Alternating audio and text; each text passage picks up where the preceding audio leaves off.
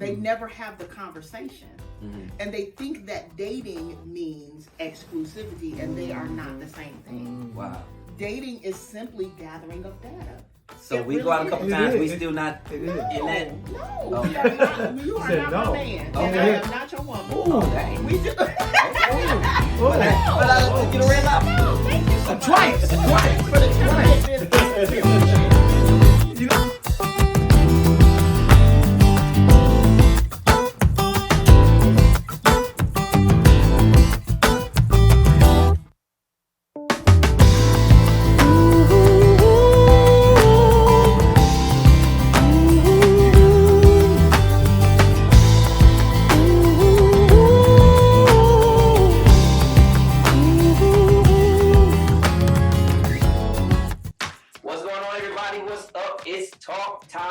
Inspirational Rob, and I'm here. It's Talk Time with Inspirational Rob and E. We have our guest here today, Savannah Samples.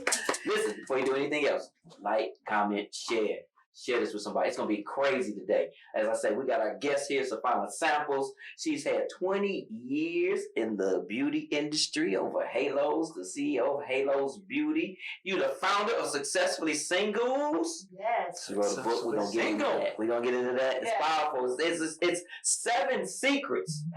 I don't know if she's gonna be able to give you all 7, but 7 secrets to pursuing purpose and maximizing your season of singleness. We was having a discussion before we came on camera. Yes. Everybody that's single need this. Me, he married. You need it. It's a powerful thing. We're gonna get into it. But welcome. Thank you. I'm so honored and happy to be here. We're just happy to have you. And we keep it real, we keep it raw. Absolutely. We had you here before, but we had some technical difficulties. So she was so graciously came back. And Absolutely. we're gonna kick it like we just met. Yeah.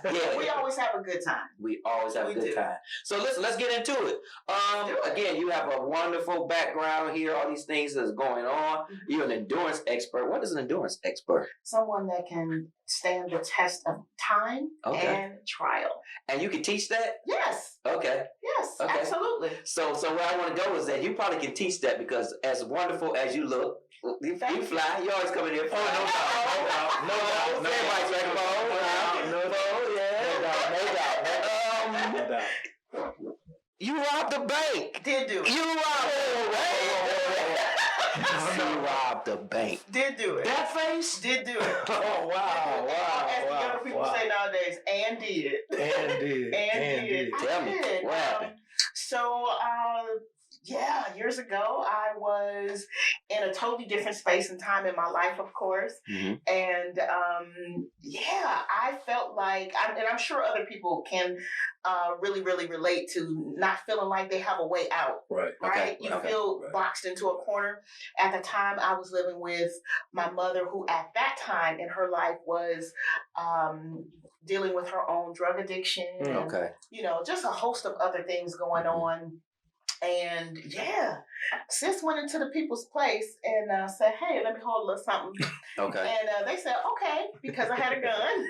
Wow. And so that makes sense. Did you show it? I did. Okay. I did. I showed him the gun. And what was going through your mind when you planned all of this? Did you really think you had a shot to get away with it? I did. Okay. And ironically, I did get away. Okay. So what was going through my mind, aside from the weed that I smoked that morning, was desperation. So desperation will cause you to make decisions that don't align with your destiny. Whoa. So that's what happened. You got to unpack that again. Desperation will cause you to make decisions that do not align with your destiny. Absolutely. Wow. And that's in every area of your life. Okay. In your relational life, in your business life, in your interactions with people, and just the decisions that you make for yourself.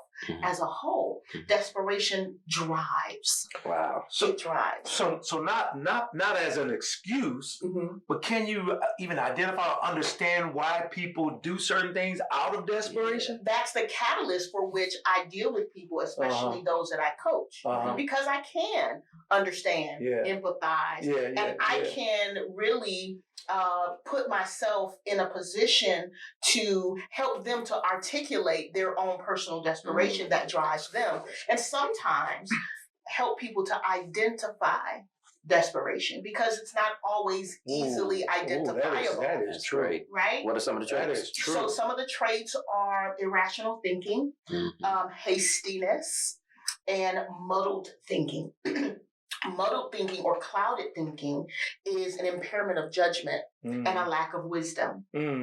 Right? Okay. And so you make decisions out of that place. You're driven. Okay. You're driven. So your desperation drives you. Yeah. So irrational. So if I'm born, in an impoverished situation, right, or I'm growing up in that situation, so now maybe that's not so irrational in my mind, right? In your mind. In my mind, it's not so irrational for me to rob a bank. Sure. Because I need the money. Sure. And if I don't have a rational way of thinking of how to get it, I begin to partner with irrationality. Ooh. I do. Ooh. And the thing is that you deal with a feelings versus facts mentality. So I feel like this is the only way. Yeah. I feel like, and your feeling drives your belief, right? If not checked, or if it doesn't have the proper filter. So if I feel like this is the only way, if I feel like this is plausible, if I feel like I can get away with it. And listen, I've never been a punk. And so when I thought of the plan, I never once considered that I wouldn't get away with it. Right. Not getting away with it was never a concept. Okay. It was inconceivable. Okay. Not get away with it. What you mean? Wow. My mind had already gone to what I was going to do with the money. Wow. It was never about, I'm not going to make it. What would have helped you in that situation? Who or what would have helped you make a better decision? Oh, man.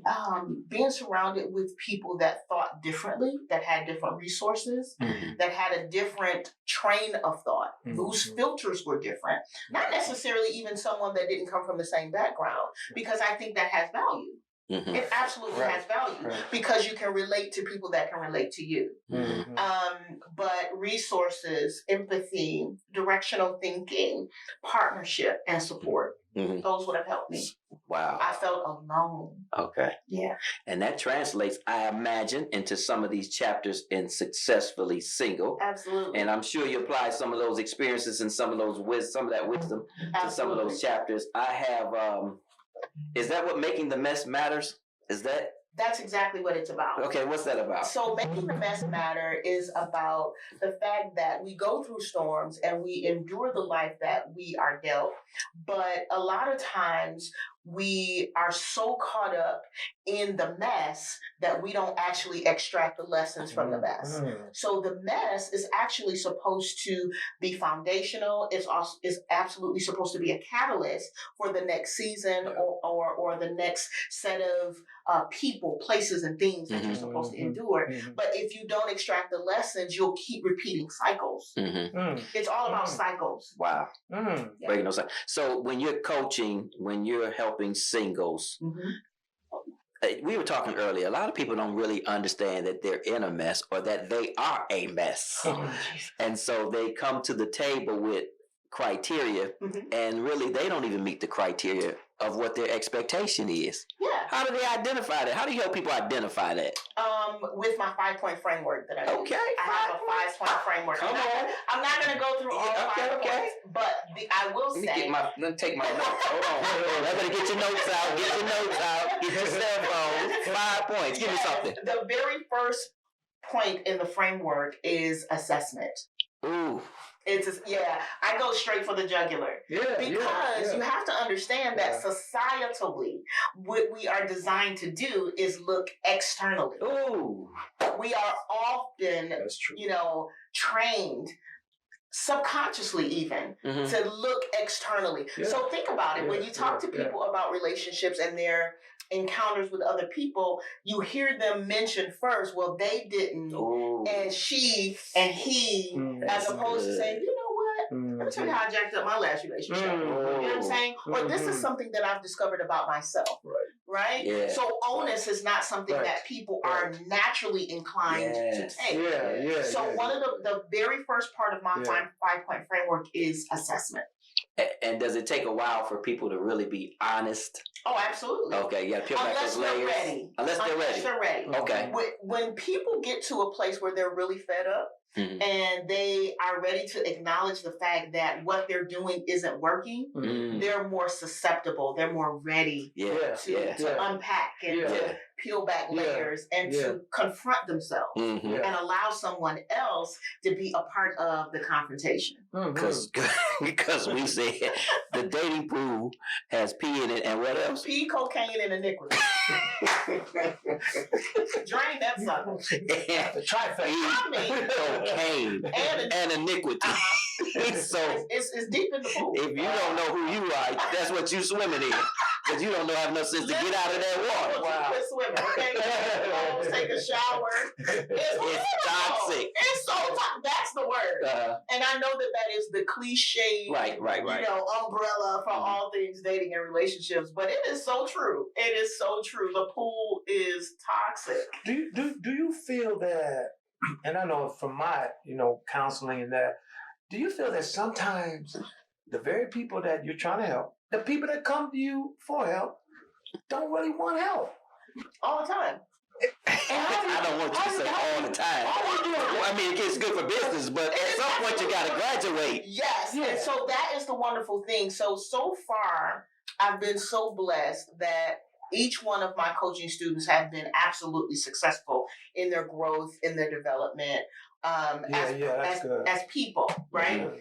Because contrary to popular belief, because I'm a certified family and relationship coach, contrary to popular belief, being a relationship coach is not about hooking you up with anybody else. Right. Okay. It's it's about your relationship with God, your relationship with self, which actually impacts your relationship with others.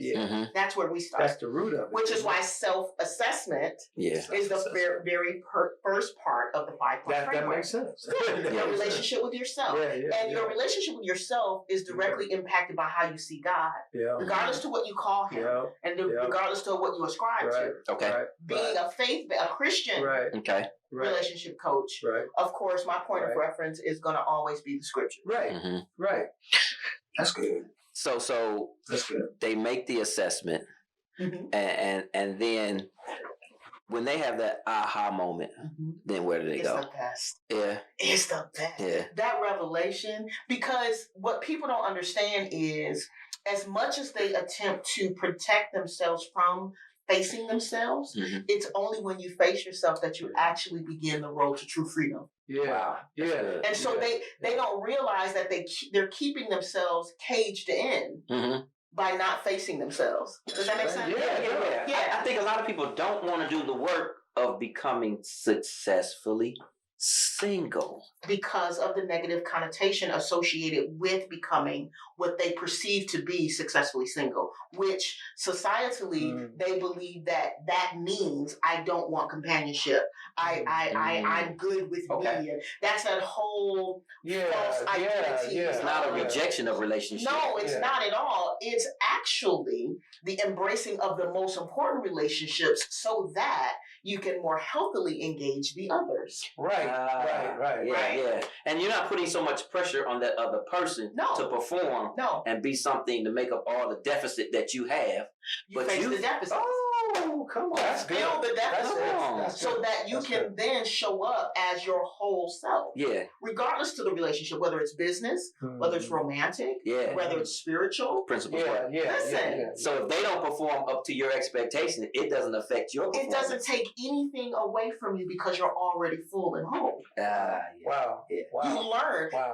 So I tell people it's usually startling when I make the statement that dating doesn't have to damage you. Okay. Amen. It doesn't. I agree. It doesn't. It doesn't have to damage you if you know how to do it and if you are doing it from a place of wholeness. I didn't always know that. Because I see even when I do my counseling stuff, I find a lot of times people, they'll bring in those relationships. I mean, you're talking about we're trying to help them with their self-assessment and to get better in that area. Sometimes the refrain is always that person. And you look at you go, you were hurt by these people. And sometimes it's not just one person. It's 3 relationships ago. Yes. And it just keeps going on. And you're thinking, you're damaged from your relationships, but you're saying that you don't have to be damaged by your dating. So dating is like, oh man. And then we hear this, right? All guys are dogs. Mm-hmm. You hear all that stuff, you know. And stuff. Well, that was the relationships that you were in. Mm-hmm. These are the people that you dated. Mm-hmm. So dating is not a bad thing. No. It's not a bad thing. It shouldn't necessarily always be a negative thing. No.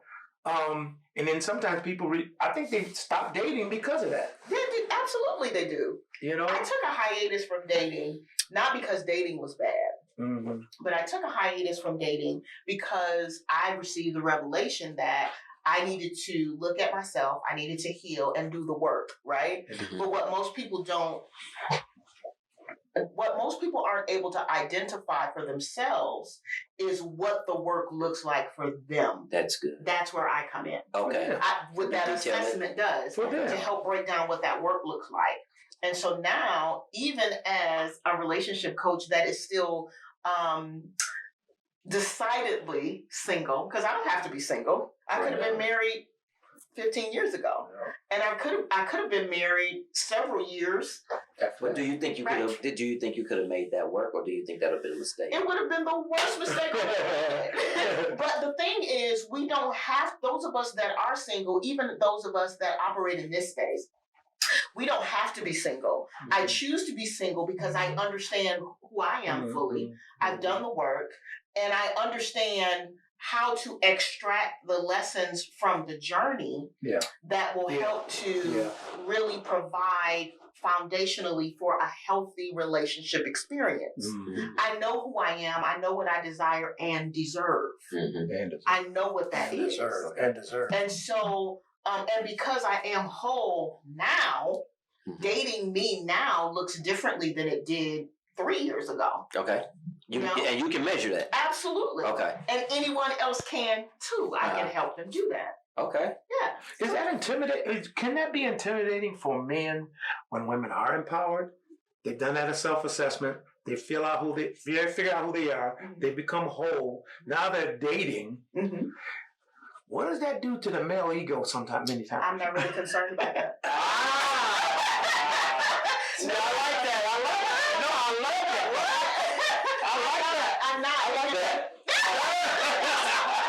And the only reason I say that is because that's not my job. Mm-hmm. That's his job. That's so true. Now, as it relates to he and I communicating, it's his job, and we were talking about this earlier, it's his job to better articulate if he is feeling whatever he's feeling, even if it isn't intimidation. It doesn't always have to be intimidation. Right. It could just be unfamiliar. Yeah. I've never dated a whole woman. Right. So if you've only dated drama and toxicity, you only know how to respond to drama and toxicity. And so when you engage a woman that is whole, the conversation is different, the experiences are different, right? And if you're able to be open enough as a guy, then you can glean. I know. Yeah. If you're able to be vulnerable, if you're able to be open, if you're able to be communicative, then not only would it not be potentially as intimidating, but it provides an opportunity for you to grow and for you to develop and for you to be the best version of yourself. But that's what life partnership is about. Let me ask you that's so good. Okay. Did you have something? No, I want to say that's good because I think you said it very pointedly and unashamedly. You said that's not my business or not my job or my responsibility. And the thing about it, because I think a lot of times that's the problem. Yeah. We feel like it's our the woman, I think it's their responsibility to make that guy or to make the relationship work. No. Right? No. So I gotta fix you. No. While I'm working on myself. Let me pick it back on you. Let me pick it back on him. So because we run out of time. So then we'll go to part 2 because y'all stay tuned. Okay. So if I'm not there, are you prepared to help me build? Absolutely. Okay. Absolutely. But again, that comes with the man that I'm dealing with to be open. Mm-hmm. Are you open? Mm-hmm. Are you willing to be vulnerable? Yeah. Are you willing to be communicative? Because I can help you. Yeah. And not from a mother standpoint, because I'm not your mama. Mm-hmm. I can be your woman, though. Okay. And I can be one of the best women. Come on. And I got a safe space. Come on. You have a safe space. I'm talking about to cry Mm. and to be weak, Mm. or to even reframe what you think weakness is. Wow. Yeah. Because everything that society says is weakness is not. Okay. And with the right woman, if you have that space to be that, Mm-hmm. it's all good. But see, the thing about it, I don't even think, for me, I don't think that's intimidating. That's reassuring. Exactly. You see what I'm saying? It should be. It's reassuring. It should be. But the intimidation, it's not. But then again, I guess, if all you've been dealing with is toxicity, right? And if your intention isn't to grow, if your intention is to stay closed off because that's more comfortable for you, if it's more familiar for you, then you will stay. You will protect what you know. As opposed to being open to what's unfamiliar. The unfamiliar can really, really do something for you. And that's how people end up in the box of preference. We talked about that. You know, they're only secure with a certain height, a certain body type, a certain financial stature, a certain whatever. Right. And so that familiarity, even if it's not working for them, even if the track record is trash, if you encounter someone that makes you say, you should be willing and open to at least investigate. It doesn't mean you got to at least investigate. I like that. Take them out. I like that. Talk to them. Come on. Ask them out. What's wrong with investigate? Let's investigate. We gotta go. We gotta invest. We gonna give you some steps on it. Yes. Listen. That's just part one. We coming back for part two. Savannah, thank you for part one. Thank you for having me. This is Talk Time with Inspirational Rob and E. Listen, she gonna get back, and when we come back, we're gonna talk about, are you an asset or are you a liability? Ooh. And then she got the cable guy. It's fine. The cable guy is fine. And what I really learned in life is you can help us ask the right questions. Yes. Listen, like, share, comment this Inspirational Talk Time with Inspirational Rob and E, and we'll be right back with Savannah part 2. Like, comment, share, Talk Time with Inspirational Rob and E.